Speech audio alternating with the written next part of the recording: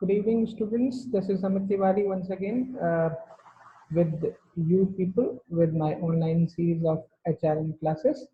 Today, students, we are not going to talk about a topic specifically. Rather, we are going to talk small topic which are very important in terms of syllabus, and therefore it needs to be given a valuable importance. Therefore, in total, we are going to cover some topics. Mainly today's topic will be set of procedure of HRM that we have studied, I guess, already in offline or classroom mechanism. We'll repeat that small proportion. And then we'll have introduction of compensation. Compensation is a new topic that we are going to cover, but it will be in a small or brief way. Its objectives. Then we'll talk about an important topic called management of stress and relaxation techniques, followed by group behavior and formation of group. So let us proceed, students. First, as we were talking about set of procedure, HRM have got certain procedures to be talked about. It's already a system. So any system which have got certain systematical approaches, and it had to carry out in set of doing certain objectivity or completing certain objectivity. So this is the procedures that one organization or the other organization have to follow. The procedures are followed by the organization by the different departments are mainly HR and the HR department that we are talking about from last 2-3 sessions on online. One is the analyzing the current manpower inventory that we were talking about recently by the name of HR planning. So analyzing in current manpower inventory, and then to make future manpower forecasting, to assess certain forecasting with the help of the different techniques, maybe called up to down, downwards to upwards, or maybe using the observation and different other mechanisms. And third is developing employment programs. Employment needs to be developed such a way where they will be hand-ons with the different kind of expertise within their own selves. So it is what an orientation of the individuals with the different sort of skills required at the different junctures, departments, or sections, and so on.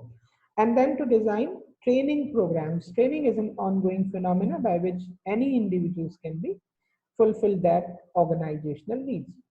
Now we will talk about a new topic, the topic that we had discussed before this particular slide. We have already talked about either in class, offline, or in by the online mode, the recorded classes. Now we are going to talk about the concept of compensation. Students, compensation is something which is actually a kind of value given by the organization to the individuals for the given time. In general, we can define the compensation is the result of the rewards that the employees receive in return of their work. So something an employee is going to receive from the employer in terms of the value given, followed by skills, followed by knowledge, and followed by some attitudinal qualities which are essential for doing certain work. So this is what compensation. A compensation includes the payment like bonuses, profit sharing, overtime pay, recognitions towards their rewarding, and sale commissions, etc.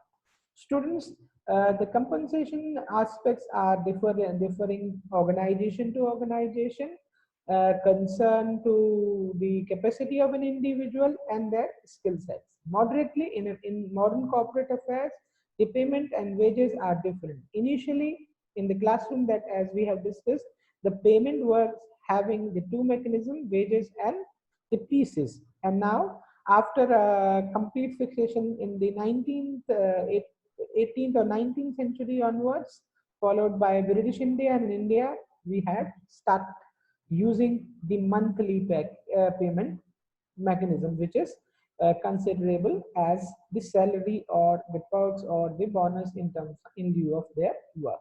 So this is what the compensation in general. The objectivity of the compensation management or compensation It is to ensure the suitable staff availability at the workplace, then to keep qualified personnel available, keep them updating, develop reward structure. People are doing good, they need to be rewarded for their goodwills.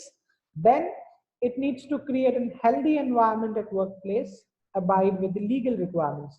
So legal requirements for the both the employer and employee, right? So and then lastly, appraisal performance and duty employee. Individuals are needs to be assessed on to the note of their appraisal. People are talking about their performance, and then performance needs to be rewarded in terms of the responsibility mechanism.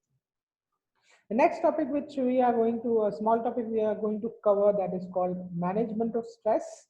Students, stress is, or stress management is the key topic as far as HRM or the organization behavior is concerned. Managing any organization would not be complete or will be suffered if we are not managing stress inside the organization. Therefore, the organization have to look after a lot about this particular mechanism. To manage the stress, first we need to understand what is this stress is all about. So if we are talking about stress management in general, it is a wide spectrum of techniques and psychopathies and aimed at controlling a person's level of stress, physical and mental, right? Specifically, chronic stress, usually for the purpose of improving everyday functioning, so that person can be free from stress and can be give the best for achieving company's goal. Students, stress can be understood as the unwanted sort of factor which is available at the workplace and can create chaos in terms of performance of an individual. Therefore, stress needs to be managed. In very simple words, stress can be defined as the symptom of your body in lieu of the any action or reaction available at the workplace. Therefore, there are certain techniques, there are certain psychological aspects that needs to aim for controlling personal level of the stress of the individual. Specifically, it must not be chronic. Rather, it needs to be mild one. Mild stress is required because moderate stress is helping an organization to do their every day-to-day work. But it should be a generic one, it should be positive one, so that the individual can cope up with that particular mechanism to achieve the organizational goal. Now, we have understood in general what is stress management, what are the requirements of managing the stress in the modern world. This particular world is bit difficult because human is the central tendency of this particular world called HR or any organization. Therefore, to make the organization happy, we need to make the people or individuals, those are working in the organization, happier. Therefore, we need to have some relaxation techniques. These are uh, any individual or every individual may like to have some sort of soothing, melodious music. They may have some sort of breaks in between of having a small smile on their face, having a laughing, hobby fulfillment while working or outside the working, or having meditation, exercising, giving time for family, nature, and their own self. So relaxation techniques are wider in general. When we may be able to talk a lot about that, but since it's a precise topic-based session, we are going to concluding this particular relaxation techniques. But further, since I'm there on YouTube, I shall be able to give more on this particular aspect in future. Let us talk about group behavior. Students, once we were trying understanding the HR, the core thing is the people, or core thing is the organization. Any organization is some total of phenomena of individual or group of individuals, and these are the group of individuals, those are behaving in a manner. So we need to have an urge to define what is group is and what is their behavior. To understand group's behavior, first we need to understand what is a group is. How do we will be able to define a group? In general, in a very simple words, we can define group as A group can be defined as one or more individuals are together and also interacting together to achieve certain objectives or goals. Students, to be able to define a group, we need to have a common goal. Let us understand an example as we have discussed in recent classes offline in a regular classroom mode. We had discussed an organization, a set of people, those are working for the common objectives or commonality between them. They are working for the favor of or achieving of the organizational goal. So a group or a team may be defined as one individual or more individuals together. They are interacting to achieve certain goals. They are team goals. This is what the general uh, explanation about what is group and how does they behave. Stigma of individuals in their available groups.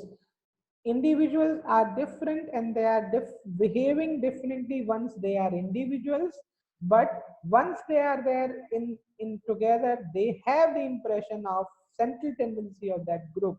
We don't know who is the locus of that central tendency of group behavior of the individuals, but I believe individual behavior, I noted with this help of my finger, group are different than that of individuals, but group are made up by the individuals. Group are different than that of individuals, but groups are made up by the individuals. Therefore, we need to understand or we need to acknowledge that the individual behaviors are, by the way, the catalyst for making the group behavior, but it is not normal. Anytime once we are there in a group or a company of an individual or two, our general behavior is not our behavior, it is the average behavior of our group. It is always there in the hierarchical ladder. One is bottom to top or top to bottom or among our peers. Okay, let us proceed towards that. How do groups have been formed? Students, answering this is one of the very key topic in HR or organizational behavior. In the HR management science or as an art, we need to understand why do people have got the groups? Why do individuals or human have got a tendency to be there in a groups? To understand that, we need to first understand what kind of groups are there. The types of group we are going to elaborate further in our HR or organizational uh, behavior manner. We need to understand groups are basically of two types. One is the formal and one is the informal groups. Formal groups are very formal sort of setup, but informal groups are more sort of varied in nature. Their variety in terms of their socialization, their interest, their observation, their findings, their liking, disliking, than their perception. This is more psychological than that of the physical. See, it is very of course and been observed that age group factor or gender factor or the education factor or status, all are the demographic factors, though they all are the cause for framing the group. Why an individual in a class sitting with their specific friends, or why we people are there comfortable in an individual groups or formal groups, we are comfortable either or we are not. Well, that is a separate matter to be talked about, but here we need to talk about as a stance, as a brief, how do groups frame? Let us start thinking about the days where you were joining the college, you were young enough, and then you were associating with each other after completing your graduation or 10 plus 2. You were getting into the college, or you found someone very unknown to you. Slowly, you had interact, and then slowly you have got the familiarization of each other. And then you have created something. This is my friend, this is none of in none of my friend or he or she is a person who have got the normal relation with me, and then move on. Life is an ongoing process. It's beyond than that of college. Okay, so this is another way of explaining. Once I was explaining your classroom commencement and end of your college life, we were talking about forming is a step where the individuals are meeting. Storming, they are getting exposure of each other because of certain conditions, circumstances, environment, external and internal. Norming, they have got a cluster because of their liking, disliking, frequency, and so on. It is emotional also. And then performing it is it's act upon and then adjourning. It's a normal process. So this is what the formation of group. So students, we had by and large covered many topics. If I could restart and tell you that with or by this particular video session, recorded video session, we had completed several topics. This is comparatively a small session though, but we had covered many topics which are prominent for our studies. One of the most important is compensation. Second is management of stress, relaxation techniques, group behavior, and formation of group. I hope you guys are doing well at your place. Uh, Stay safe, stay at home, study hard, and don't encourage yourself not or avoid studies. Be connect with your study materials, and with these videos or the sharing by the teachers, it will definitely help you. I wish you good luck. Kindly follow this, learn with this video. We shall be able to do it some more videos further. Till then, keep watching and keep